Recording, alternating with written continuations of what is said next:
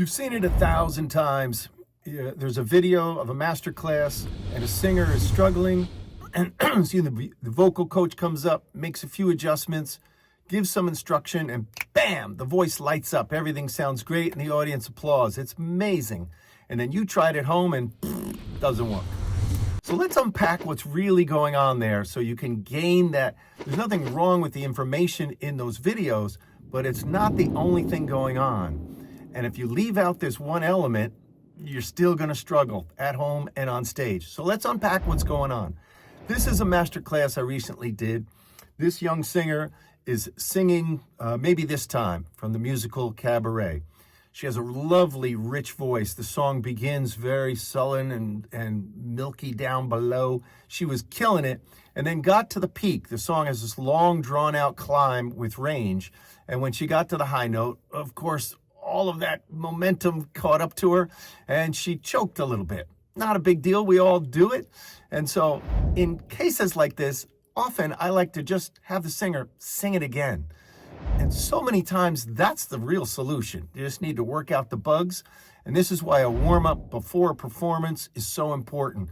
So you provide some evidence to yourself that things are working as expected. It's really nerve-wracking to sing something in front of your peers with an expert watching, and I don't blame anybody for choking in those circumstances. So let me go through this little procedure here, what I did, and I'll let you in on what I'm thinking. So we'll start rolling here. The note she cracked on was a C5. But what I do is I start her down on B flat 5.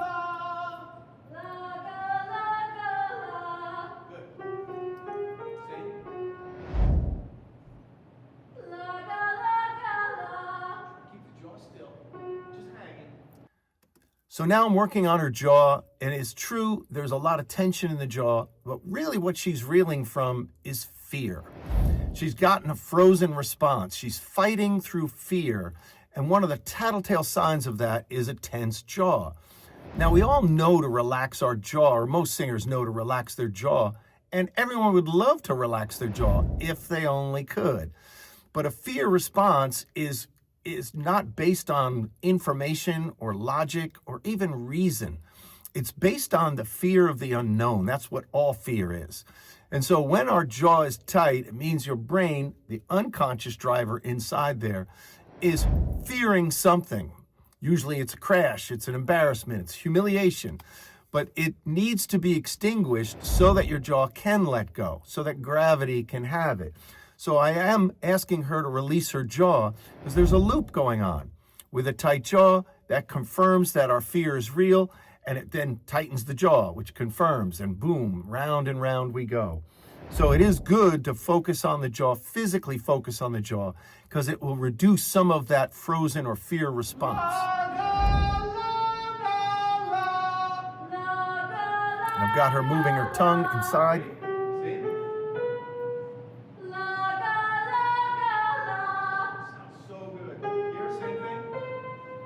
So right there is the C she needs, but we're going to pass by it. So good. Same thing. We're going up. So, you feel your shoulders, how tight they are? So right there, I just kept going up until I found trouble. She thinks that it's the note she needs in the song. So her brain has already categorized that as trouble. This is a dangerous area.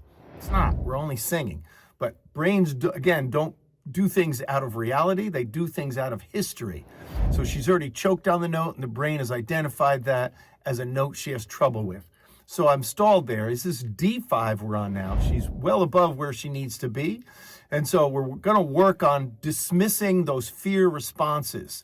All of the information about raising the palate, opening up the oral pharynx here to gain more room, all of that information is true. It's just not the problem. The problem is the fear. Your body knows how to sing. It knows how to produce a sound, one that you have in mind. What it doesn't know to do is how to extinguish that fear unless there's evidence that it's okay. So we're going to sustain the note a little bit longer. Right? And so this is scary stuff. So I want you to sing this again. We're going to hold out. sustaining the note. Your brain gets slower, it's more relaxed.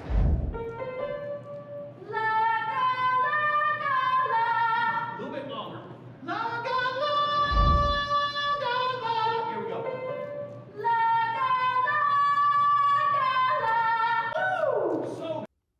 So she found space there. She's now focused on a mission of sustaining the note. That's going to control her breathing a little more. Another fear response is the pitter-patter of the heart, which robs us of air.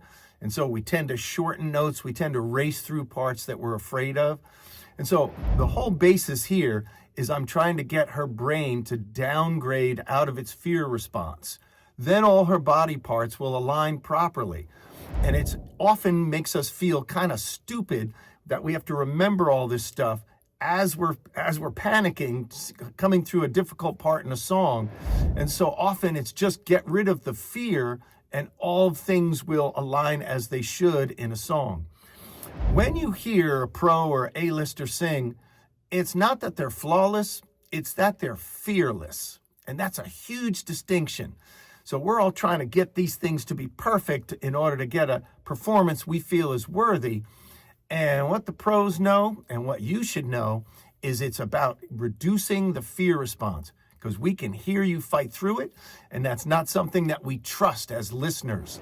So to get us to trust you as a singer, you've got to demonstrate that you're singing from choice, from passion, and not from fear. Let's hear how she does. Good. Do it again. Same thing. Long. Now here, easier, lower. Here we go. Now I'm going to work it down. Holding it out. Woo! So good. Do it here. Even easier. That's the note you're afraid of.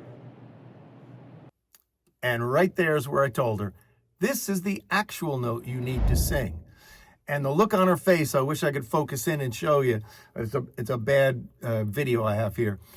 The point here is that this is the moment where her brain just recategorized the high note in the song that she was fearing as something achievable, as something doable. So you have to demonstrate with evidence, and then the fear response lowers. So a great way to do that is to move. Often I'll ask people to move, and they'll stumble on the note at first by accident. We do it multiple times. Then the big bad high note gets a lot more friendly. Again, what reduces a fear response best is evidence. We don't want accidental evidence. We want repeated evidence. So she sustained the note many times higher than she needed. And then as I worked down, that's when I informed her. This even works when you do it on yourself, because all you're doing is working on the unconscious driver. So there's many layers when we, use the word brain. There's a lot of different parts in there that aren't always working in alignment. Sometimes there's aspects of our brain that are fearing while others are desiring to do something. And it's that little tug of war going inside that's played out in our vocal mechanism, and it's no fair. So we don't have a vocal issue, we got a fear issue. So extinguish the fear and you will love what you hear. So let's hear how she... Yeah, and so it's all just in what's a good word? It's in comparison. So comparison. What the brain is doing now, her brain is doing now, is comparing how she used to sing the note with how she just sang the note. And obviously now we're getting a dopamine flush. All the cortisol, which is a stress hormone, is beginning to flush out of here. Imagine this. We all know that we have to close our eyes to go to sleep. But as a child, and you heard some weird noises in your room, you know that your eyes popped open and you call out for mom and dad, and they come in and they go, "Oh, it's nothing. Just close your eyes and go to sleep." And that's kind of like the same when a vocal coach says, "Oh, just raise your palate or loosen your jaw and sing the note again." It's like, it's not ignorance that's stopping us from doing those things. It's inhibition. We're scared. And so you got to deal with the fear in order to get those body parts to be lubricated again, in order for them to move. Again, singing is innate, and unfortunately, so is fear. So all these loops that are recycling around when we're struggling on a high note, they need to be dealt with, and they are fear responses, not ignorance about singing. All of this and many more tips in order to how to unlock your passion for singing are available in my new book, Split Second Singing. Pick yours up today. My name is Mark Baxter for Lesson.com. Have at it. Don't you see?